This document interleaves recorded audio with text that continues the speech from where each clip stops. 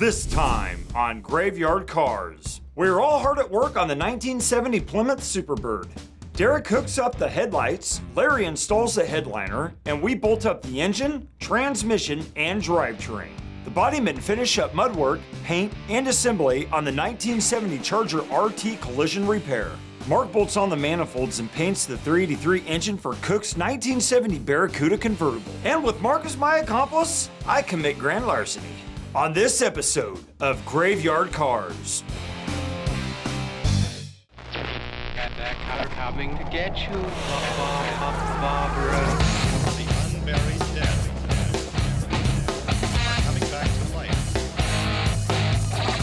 I'm Mark Warman, and together with the most critical man in the world, Darren Kirkpatrick, give me a gun! my son-in-law, Josh, Oh, yeah! and my best friend, Roy, Well, all right! we bring dead muscle cars back to life, to exactly the way they were on the day they were born, if we don't kill each other. It's gonna be a bloodbath.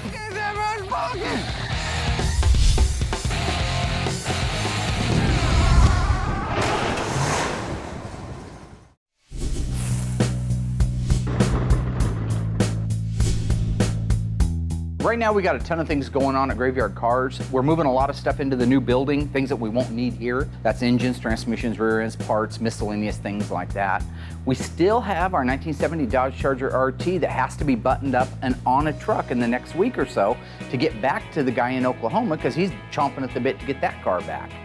The Superbird, running out of time on it. Still have a ton to go on it before the hills get here, and they're gonna be here very, very soon. The good news is I have Derek as my right-hand man, who I can count on to come through in a pinch, and he's doing a remarkable job of getting stuff done on that car. We're undercoating the Superbird, which is not a major thing. We just got to mask everything off. We do not want undercoating on because it's thick, gooey, and it's not fun to clean off. So you just want to take your time, mask it off once, do a good job so you can just undercoat it and be done.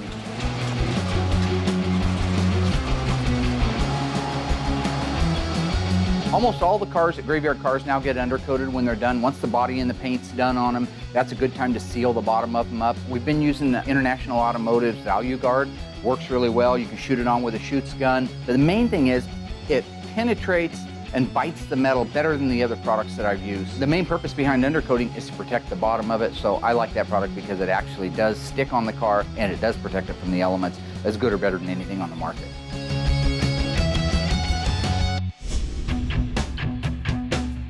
Today, the guys and I are getting ready to marry together the engine, transmission, drive shaft, torsion bars, basically the drivetrain for the 70 Superbird.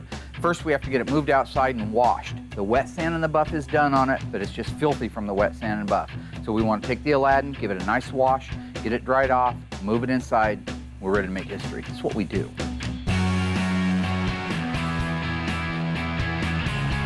So my job is whenever we get a car outside, thank God for this nice, beautiful day, I'm in charge of getting all the compound off the car, inside the car, everywhere underneath the car.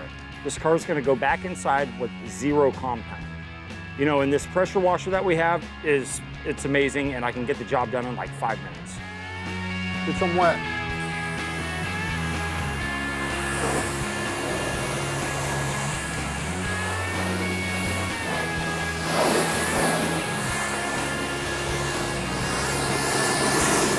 Hey, hey. Oh, you're just on fire, aren't you? You got the inside? Go! God. Sorry, bro. No. Now, you got to don't top care, me? man. Is that what it is? You don't care. Mark, you don't care if you get people wet. Here's another great example of me as the voice of reason and everybody else escalating things to the child level. I didn't get him wet. I stuck a pole up his ass. Okay? That's nice. This is about retaliation for my friend. Go. You want to go, mother? I will put you down. I'll euthanize you. Yeah, get a whip. I'll come at you. I'll do it. I'll do it. Nancy. Don't do it, Vince. I want to get the car done. I got Darren over there with a whip threatening to whip me. Each guy snapping each other with towels like this is the locker room in 9th grade. You do it again, I'm gonna whip you. You do it again, I'll whip you, I promise. I will if you spray me one more time. Whip me, big boy, whip me. No, if you spray me. Do it, Darren. No, not unless he sprays me. I'm not gonna do Child. it.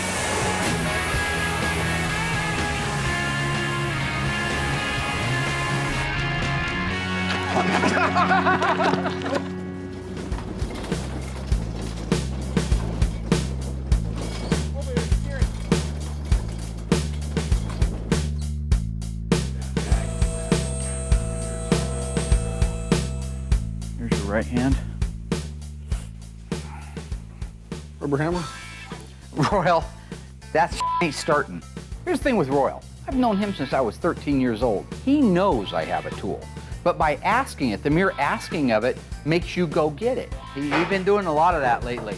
What? Like you're a surgeon and I'm your nurse. I'm not, you don't. Yeah. You think there's a lot of bald, fat, middle-aged loser surgeons? I don't think George Costanza is a cardiothoracic surgeon. He'll say rubber mallet and I run over and get it and then repeat the Look, word. man, come on, It's not team. crazy Be with part of that. the Don't be such an ass. You got a hammer? Yeah, it's in the toolbox. It's right over there. Go get it. But that's his way of getting you to be his slave. Get off your fat ass and go over and get it yourself. Fine. Well, when I went for that hammer, I'm thinking, wow, it'd be kind of funny to black out a couple of his teeth in this picture and see how long it takes him to notice. So I asked him for a black Sharpie. He went and got me one. I didn't hide it. He gave me the Sharpie. I opened it, turned around, colored a couple of teeth, and we'll see how long it takes for him to notice.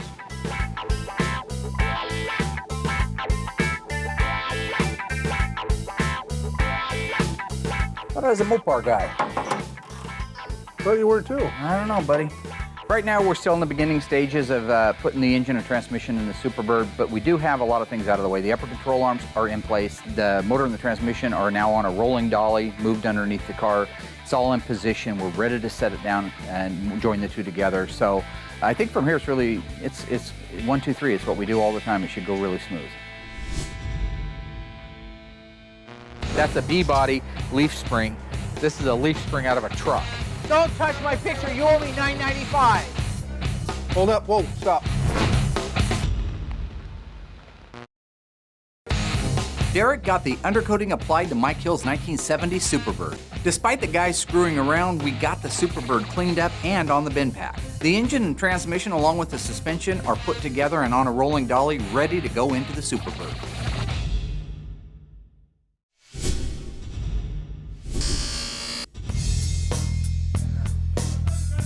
Hold up. Whoa, stop.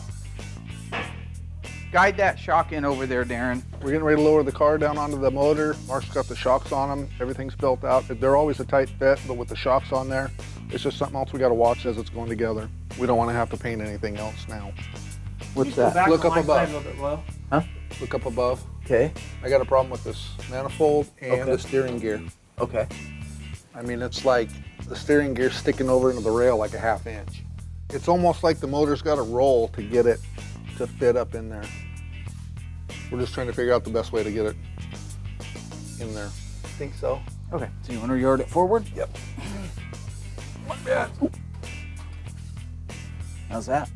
The only real problem we're having marrying the two together is that it's a really tight fit. Sometimes it will just glide between the right-hand exhaust manifold and the steering gear, and in this case, it didn't, for whatever reason. Sometimes maybe there's a little more play in the steering gear mounting holes, and we have this one too far out. But what we really need to do is just angle it a little bit and get that right manifold past the shock tower, then it would just slide down. I truly believe now, though, gentlemen, it can go to the... I think it can go to the right is what I was going to say. I think it's going to be inevitable to scratch it. It's not inevitable. I just think if this comes over, it'll clear. Okay, well, now it's clear. That's why I was saying it just needs to come over this way. Okay, go up. One more. One more? Yep.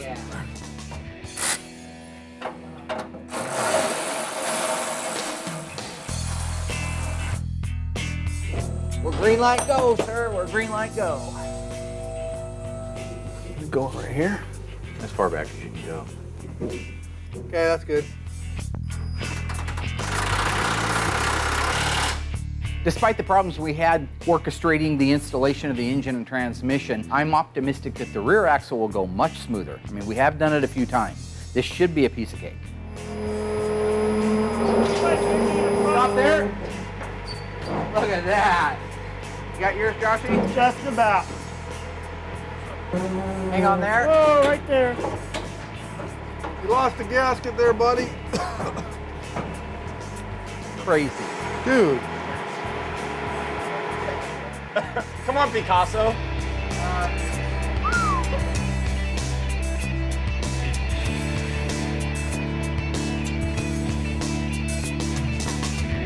Peace out, buddy.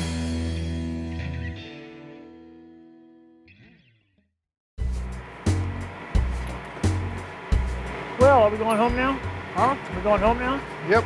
Let's go. Where's this go? You, who did that? Who did that? I really didn't think you would notice that quick. I should have known the way he looks at his picture all the time and watches himself on the TV. Did you do it? Did you? That's what I needed the pen for. You got me the pen. Oh, you're trapped, bro. You got me the pen. Royalty, man. No. Don't touch my picture. no, You owe me no. $9.95. Just sold- don't mess with it. he's only Mondo sold fix it on one. Monday.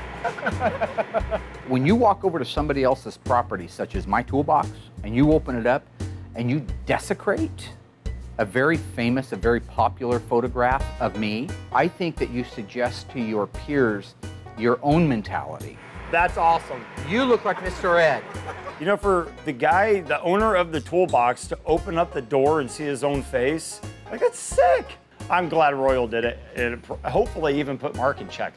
I think that while my teeth may be the one blacked out in the picture, his teeth are the ones that get blacked out when you think about him in the real world doing his thing. All y'all. Piece of inbred hillbilly.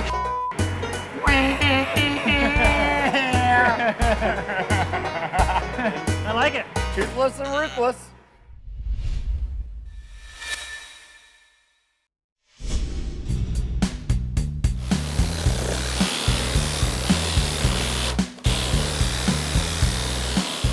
The collision job on the Charger is moving along. Once the sheet metal is on and welded up in the factory places, then it's time to do the cosmetic work, which is the plastic filler over all the panels. Make sure that they're square, that they're straight, that you got good gaps. Then you're ready to primer them. That'll be what comes up next. After the primer gets blocked, then reprimed, then reblocked, and ready for the Sublime Green paint. One of the things that I will stray away from the OEM appearance is the finish of the paint. An original manufactured car, it was done in a single stage enamel. It was real orange peely. It had runs, it had transparent spots where the robot didn't get enough paint on it. If you're building a car to be judged in OE class, then that would be the way you would do it. But most of my clients, all of my clients to date, have preferred to have a better paint, a better finish on it than what it would have been OEM. So whenever I can, that's the finish I like to put on a car.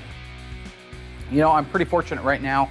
I've got good body men working here. I've got good painters. I've got good assembly guys. I can turn a certain department loose like that and know that when it comes out of there, that it's square, that it's straight, that it's flat. I'm fortunate to have a good group of guys working here.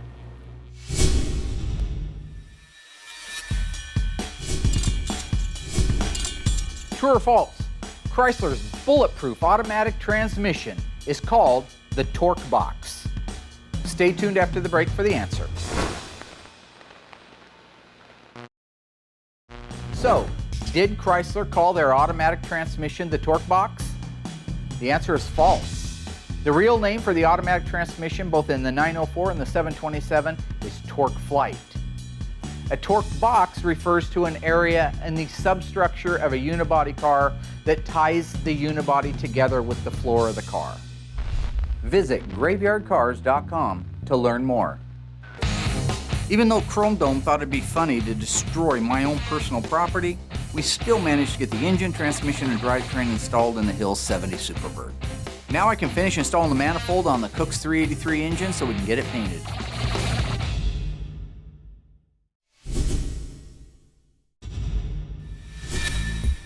The little mice have been building a little nest in here, huh? Yep. Wow. Most of the cars we drag in has had some kind of creature in it. A while back, Josh and I had finished assembling Kimberly Cook's little 383 two-barrel engine. I hadn't had a chance to paint it in the last couple of weeks because I'd just been busy on other cars, but I'm glad I didn't because I had forgot she was changing it over to a dual exhaust. I went out and rounded up a pair of exhaust manifolds that are the HP manifolds. It would be correct if it had been a dual exhaust HP engine, and that's what Tweedledum and I are getting ready to put on so we can get this thing in the booth and paint it. It looked like a good manifold, so I'm hoping. Are the other manifolds cracked? Yep. Both of them? The first one I got, I had out in one of the pods. I forgot about this one here, but it actually has a crack in it. The back side, I think. Yeah, right there. So I heated it up earlier to see that it was actually cracked. So I can have that welded up later and use that on a different car, but Kimberly's I want to be really nice. The thing so mine was there, you take the manifolds off. I would have this. took them off. of you. Put those back on. Absolutely, I and would have. Mine was cracked to begin with, What's right? the problem? No problem. Why don't you just burn the bolts off? Because they should unbolt. So you're starting to modify these cars more and more, aren't you? Nope, I'm sure not, Darren. I'm just doing what the customer Put asked. new exhaust on in last couple. Yeah. That's because that's what the customer wanted. Anybody can modify and butcher these cars and adapt them. It takes true craftsmen to bring the car back to what they were originally. Yeah, I can see the tide changing here at GYC. Mark at first was just all OEM, OEM, OEM, OEM. Darren loves picking. That's all this is the car's not OEM. And if I had put single exhaust back on it, he would have said, why didn't you put dual exhaust on it? You need to be on one thing, either OEM or modified. No, Darren, it's not how they came from the factory. I thought you knew that. I thought you were a Mopar guy. Well, I am. How many 383 two barrels had dual exhaust? How many 318 two barrels had dual exhaust? What are you doing? Just watching.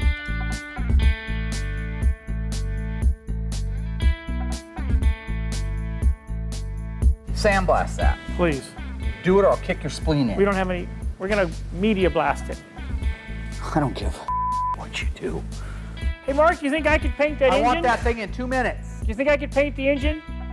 Seriously? Absolutely not. Why? You should let me try it. I might do better than you. You know what? I was practicing when I was 8 years old. What were you doing? Come on, we need to get that thing. Why are you taking a water break? I think you should let me paint the engine, don't you? I think so. He's afraid that I do better than him. Yeah, if I hadn't taken my car out of here, this manifold would have been off mine. Okay, blow it out. Let's put it on. It's cracked. It's cracked. Right there, see it? That's the last one.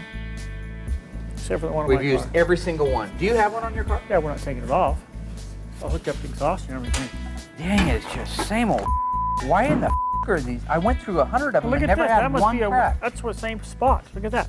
It's got to be a weak point. Look at that. I put a lot of the 383 440 HP manifolds on. I've had an occasional crack one, but right now I'm just running through a slew of them. The engine needs to be painted with that manifold on there. I can call Tony D'Agostino. He'll have it in stock. I can guarantee you that. But it's still going to be 3 to 5 days away unless I want to pay some ridiculous amount of shipping, which I don't. So it creates a real problem. I'm telling you right now, if Tony can't get me one in the next couple of days, I'm taking the one off your car. No, you're not. Yeah, I most certainly you're not. am. Your car's in Josh's garage. You're not getting my manifold and exhaust and everything's all hooked up to You it. don't need it. You're I never need going to it. do the car. Darren's not going to know, all right? This car's out of Josh's house in the first place, so he doesn't even know. He's never going to work on the car, all right? So I'm just going to take one of the broken manifolds, put it on there in case the unlikely event he goes and looks, because the crack won't be able to see it once it's on there. Take his manifolds so I can get Kimberly's engine painted. You know what I'm saying? Darren's that guy. He doesn't understand. You can't go to him and say, hey, dude, can I borrow your manifold for a couple of days? Oh, no, you're not, Marcus. It's just easier to ask for forgiveness than it is to ask for permission with him. You know what I'm saying? What are you talking about? What? What were you talking about? Oh. Okay. Getting ready to install the headlight doors and buckets in the 70 Superbird, which is going to be, yeah, lots of fun. Just get it done. With any luck, Darren and Royal would show up and help, but we're not going to hold our breath on that today. It's not really hard, it's just time consuming. Everything you move one side, then you're adjusting the other, and then it's back and forth. It just eats up quite a bit of time, part of the day. And they're not like it's something we do every day. It's a Superbird or Daytona only part, so this assembly has to fit in here from the back. Fits in. Once it's roughly in place, we have 3 bolts, nuts on each side. which allows this headlight door to come 6 different directions, basically, in, out, up, down, tilted to the front, whatnot. So just got to get it bolted in, move it around, and back and forth until you get it to where it fits the opening nice and centered. Opens without catching the nose cones. Almost every Mopar muscle car has some key element that really makes the car. In the case of the Superbird, the vacuum-operated hideaway headlights, very cool feature. They need to work, they need to fit in the opening. It's kind of one of those moments for Derek because he had to hand fabricate 2/3 of this front nose piece out of steel. So to have everything go in there and to have it actually work is going to be a huge kudo to him. This isn't a factory tab. Somebody MIG welded that on there. I don't consider that magic necessarily. There are certain things that are just a lot of fun for me to see. We've got the shop over there with an upstairs with 3 different rooms that we're gonna have. One of them's already done. It has a couple of walls still to finish in it, but that's gonna be the Mr. Moparts room. Hi, I'm Mike Chenfont. And I'm Mark Chenfont. And collectively we own MrMoparts.net. We have been providing automotive restoration parts for the Mopar industry for over 20 years now. We're basically running about anywhere from 10 to 12,000 different fasteners for the Chrysler, GM, and Ford also. Used to, we had to go out in the boneyard, find a bolt, screw, nut, bracket, whatever, and blast it, clean it, paint it, coat it, whatever you need to do with it. Now we're just going to go into the room, get whatever part we need, brand spanking new. It's going to be so nice. The car's going to turn out better, and we're going to be a lot more productive. The guys came out from Mr. Moparts and did a phenomenal job. They not only came out, bought the pegboard, hung the pegboard, took me out to dinner because Darren says they always have to take us out to dinner for some strange reason. Gave us thousands of dollars worth of inventory that we're going to be able to use on a day-by-day basis out here that normally when you run out of a paint gasket kit or you forget about it, now we can just walk into the room, pick it up, so we are one step closer to being an assembly line.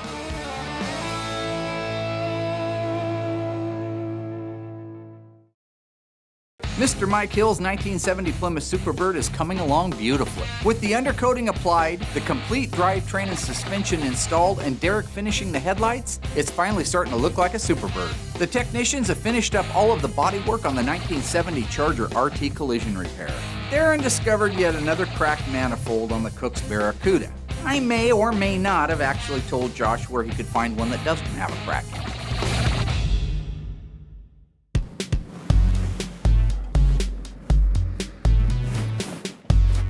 So right now, I am at my house. I'm getting ready to pull the exhaust manifold off of Darren's car. Darren constantly bitches about the condition of his car, that it's not getting worked on. But let me tell you something, 10 years he's had that car. I have helped him. We have gone through the panic modes where we get it running. I just want to get it running, buddy. And I'll drop everything, we'll pull it in, we'll get it running, get it moving under its own power, and then it just sits out back again for months and years at a time.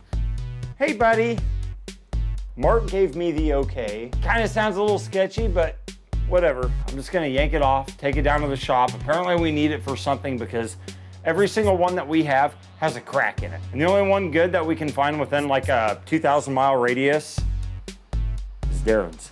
You know, the reason my car had to be moved to Josh's house because Mark was constantly stealing and pilfering parts off my car and never returning them. You know, I'm just gonna pull this thing off, give it to Mark. I don't want no more part of it. I've got parts he's borrowed 5, 6, 7, 8 years ago. He's never returned to this date.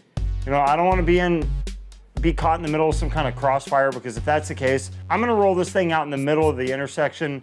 First person to grab it and take it can keep it. If you're not struggling, you're not doing it right. If it comes off way too easy, you've done it wrong. Darren's motor is leaning this way more than that way. I have every socket but the right one.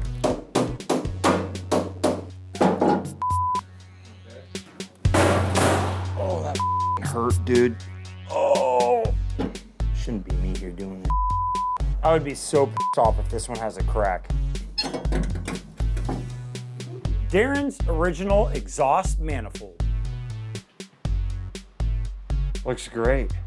Probably one in the best condition that I've ever seen there at the shop. I guess we can head back.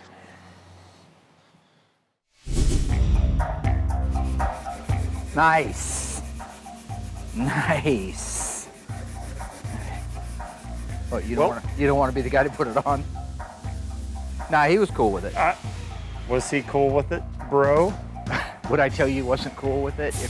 Well, you asked me, am I a thief? Okay, I don't think there's a lot of thieves that rob banks that plan on giving the cash back. All right, here's the deal. I'm gonna order him a pair of HP exhaust mantles from AMD.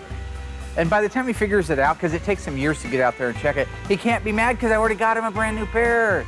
You see, there's a method to my madness. Yes, there is.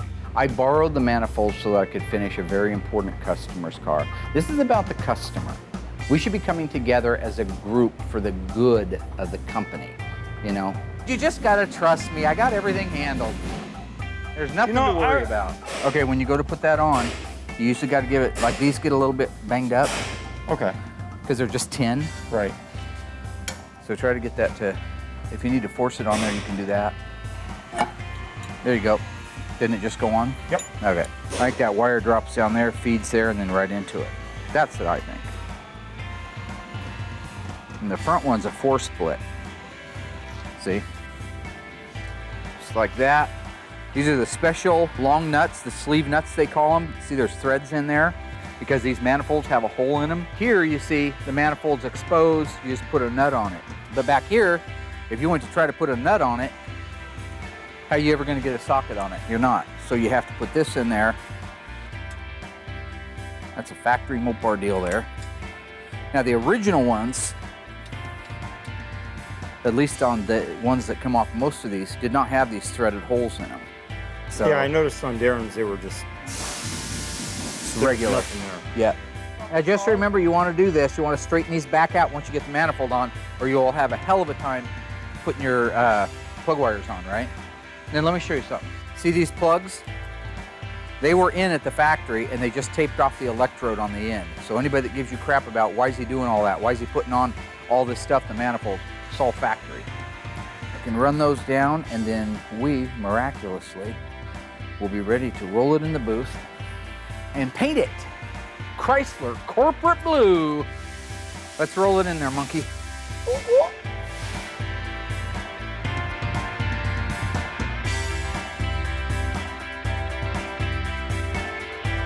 So what I'm doing is I'm mixing up the black right now to be able to paint the engine with an epoxy primer. This has a little bit of phosphoric acid. It's the DP90 by PPG. You've seen me use it before. This will take care of any flash rusting that started on the block. Plus it'll give it a really good bite and it works like a primer sealer.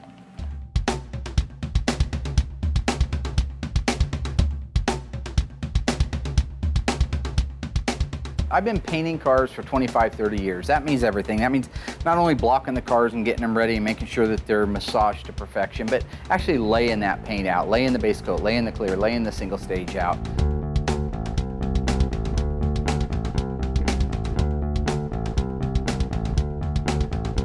Painting is painting, all right? A lot of people get all choked up when they go in the booth and they've got, you know, a $500 a gallon or $1,000 a gallon paint and a gun that costs $2,000 getting ready to shoot a $5,000 engine. It's child's play to me. It's like the drive-up window of Mickey D's, you know? You want the Happy Meal with or without the little action figure, all right? I go in that booth and it's business as usual for me, all right? I've invented some new different techniques, all right? I think it's, if you've ever seen The Color of Money with Tom Cruise, all right, when the song Werewolf of London starts playing and he's doing all the crazy hijinks with it, that's all I'm doing in there. I'm just having a little bit of fun, and at the same time, I'm still laying out one of the best paint jobs that an engine could ever receive. You know, I don't consider that magic necessarily. I mean, I'm not a wizard, okay? I'm just a person laying some paint out on a car that happens to be able to do a 2.5 turn reverse on a moonwalk at 60 pounds of air pressure. Now you decide.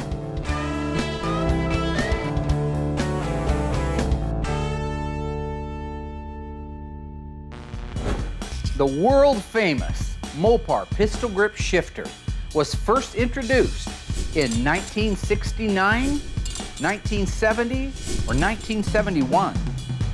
The answer coming up after the break. So what year was the famous pistol grip shifter first introduced in a Mopar muscle car? The answer is 1970. Prior to 1970, most of the cars, the muscle cars, had a straight chrome shifter with a ball on the top. We changed them out as kids and put T-handles on them and crazy 8 balls and things like that. But that was the shifter we had. It wasn't until 1970 when Chrysler revolutionized shifters by introducing the Hurst pistol grip shifter with the simulated wood grain handles. Visit graveyardcars.com to learn more.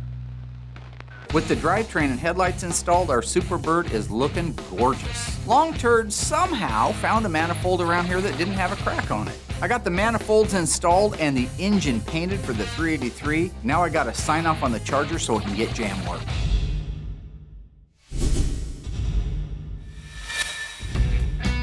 They're getting ready to do jam work on this car, so I'm just kind of giving it a once over to make sure it's actually ready to spray.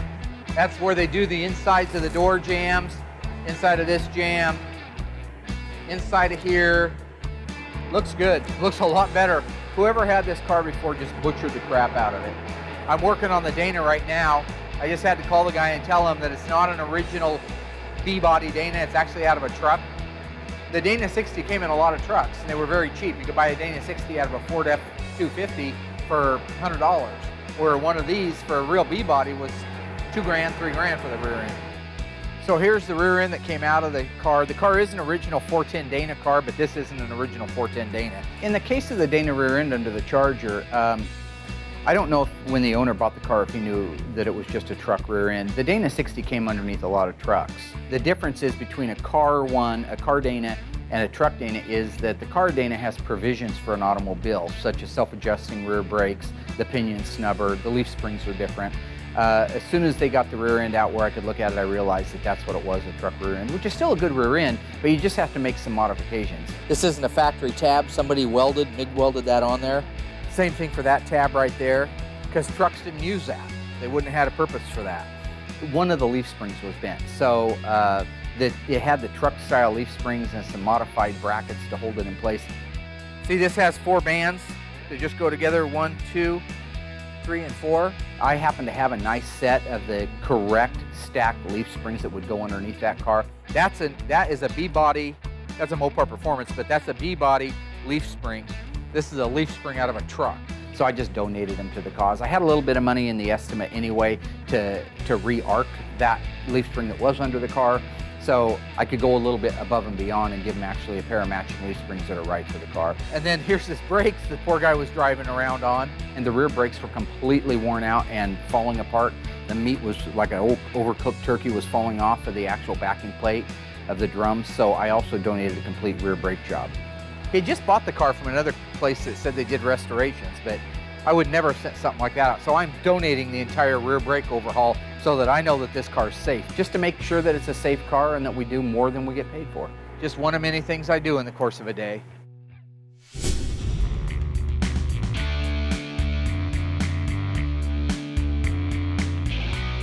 The headliners in these NASCARs are tricky. If it was just a regular top 1970 Roadrunner, Larry could knock out that headliner in probably 3 or 4 hours. But these have the fastback on them. These have that plug that goes in the back. So that headliner runs from the very front all the way to the very back. And there's a lot of intricate turns. There's a lot of changes inside there that have to be adapted and accommodated for so that you have a good fit. You need good vendors, good subcontractors. Larry's a great example of that. Well, yesterday we got the Dana under our 70 Charger, got it off the frame rack, rolled it in the booth, and now we're getting ready to put the color inside the trunk. You know, one of the cool things that I thought Mopar did that the other manufacturers didn't do was they painted the engine compartment and they painted the trunk compartment the same color as the body. It's impossible to paint the inside of the trunk, the inside of the engine compartment at the same time you're painting the outside of the body for 2 reasons. One is you'd be dragging your hose from inside the trunk to the outside of the body while everything's still wet. 2 is it would be a dirtier job on the outside of the car if you tried to do it at the same time. So you have to compartmentalize the engine compartment, trunk compartment, inside the cabin of the car, and the outside, all of separate paint operations. The best feeling a painter ever has is when he slams that door for the last time and knows the rest is up to God. And this thing was complete rubbish when we got it because the whole back end was just pushed clear up to the back of the doors almost.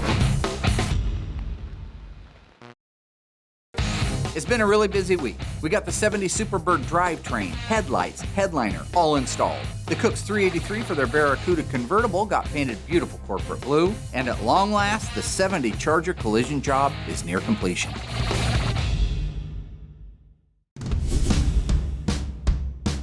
If you're going to do a quality job on a restoration or on any car in the way of painting, there are just certain things that have to happen.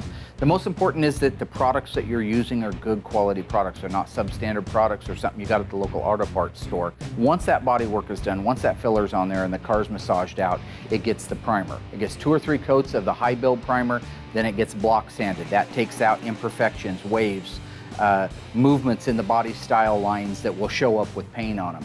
Then it gets reprimered. Then after the reprimer, it gets blocked again.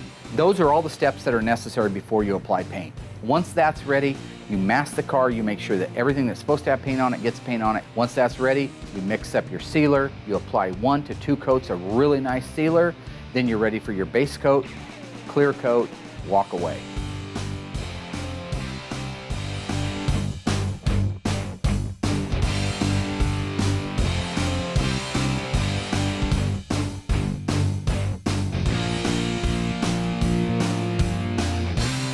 Best feeling a painter ever has is when he slams that door for the last time and knows the rest is up to God.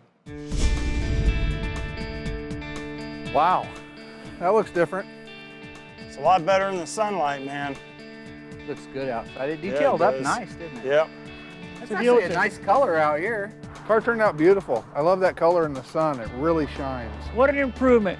Look at the car. It was absolute rubbish when we got it. Now look at it now, it's absolutely stunning and beautiful. The owner has got to be ecstatic. The 70 Charger RTSC came to us about 6 months ago. It had gotten hit pretty hard in the rear end. The insurance company was going to total the car when the owner reached out to me to say, hey, what can I do? I don't want to lose my car. I got involved to find out that if I were able to keep my repair costs under a certain dollar amount, that we'd be okay to repair it. And that's what we did. I made some concessions. I called our friends at Auto Metal Direct and said, we got to work together. All that was required of us was just the collision work that was done to it. Is that mine? Yeah, where'd you find that at? In the back seat. Oh, yeah. Did you leave Yeah, it that in was there? my fault. Anyways, so the only thing that was required of us to fix was the damage that it came in with. The back end was completely messed up. It was folded in like an accordion. He bought the car kind of sight unseen, so to speak, like doesn't have a crystal ball, he can look around inside it, right, and see what's underneath the paint. So when it gets rear-ended, we've got all this Bondo that's busting off in great big chunks like that. So I acclimated him to the fact that the car was put together kind of not right. So we fixed a whole bunch of things that weren't part of the collision, didn't charge anybody to do it, just so that we could have the right car when we're done and stand behind it. Yeah. And that's We're Graveyard standing behind Carz. it, aren't we? Auto Metal Direct made that car come back on the road. The reason being, one, they make the parts for it. People think of the replacement parts at AMD and Legendary and Tony's parts as restoration parts, but they can also be collision parts. This is a classic example of a rear end collision that went through insurance and got repaired and back to pre-loss condition.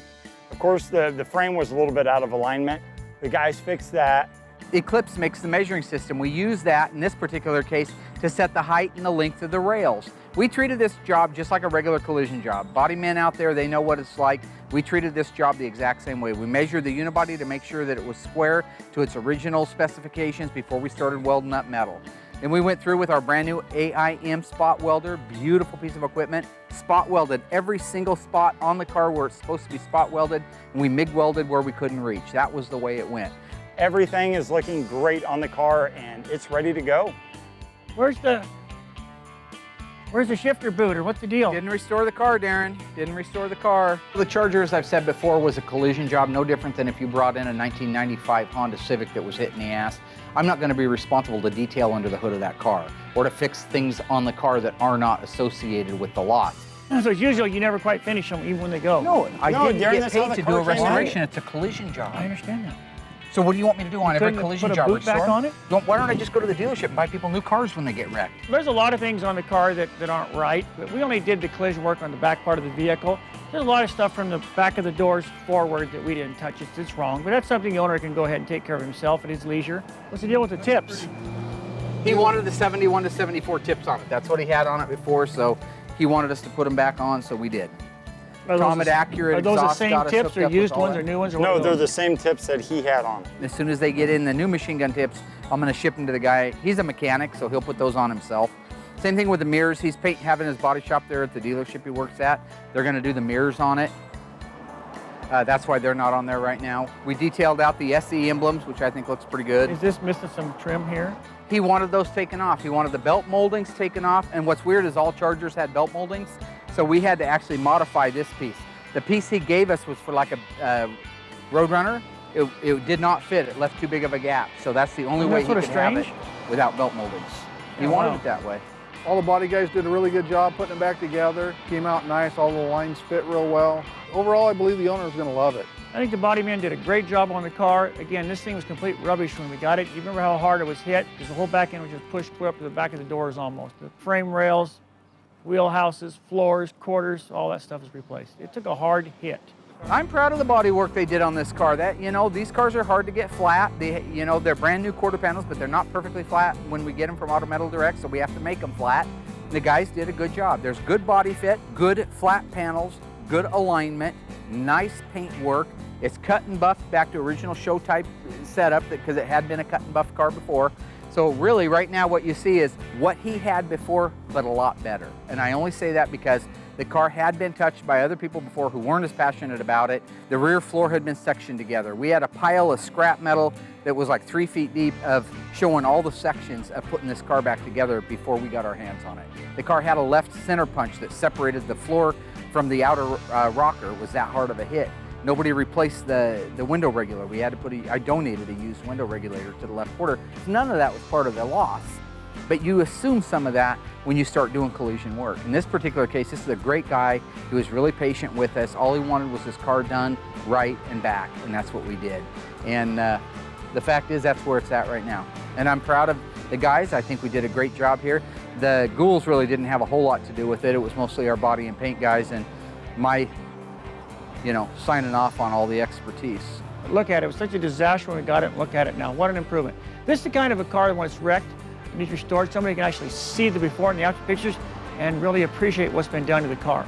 It's a beautiful day outside. It's 100 degrees, and this thing just shines like the top of a lake on a sunny day. It's beautiful. Look at it. I love it. This is a car here that someone can enjoy. To take this car out and drive it and have a good time with it. So right now what we have is we have a beautiful culmination of some of the best vendors in the world have brought a classic car that they're never going to make this again. We brought that car back. We brought it back with Auto Metal Direct, with AIM, with Accurate Exhaust supplied the exhaust system for it. Everybody pitched together to get this car on the road again for our customer. But that's what we do at Graveyard Carz. That's what you do when you do something not for the money, but you do it for the passion. At Graveyard Carz, we do these cars for the passion. If we did it for the money, it would take all the fun and the love and the passion out of it. And that's not what I'm about. I'm just a street guy, born four blocks over is where I was raised. 4 blocks from here right now. Never left, don't care to. I want to put as many of these cars back on the road as humanly possible in the time I have on this old earth. So that's the way she is.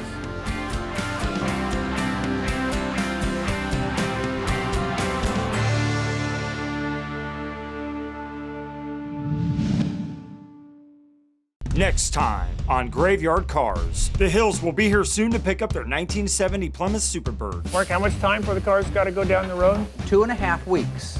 Wow. The final assembly has started, and we're firing on all cylinders. We need to install the remaining decals, the wing, the bumper, tail lights, license plate lights, emblems, the seats, and we need to get the motor running. We also need to install the heater box and dash for the convertible Barracuda. We have a lot to do, and we will get it done. Coming up next time on Graveyard Carz.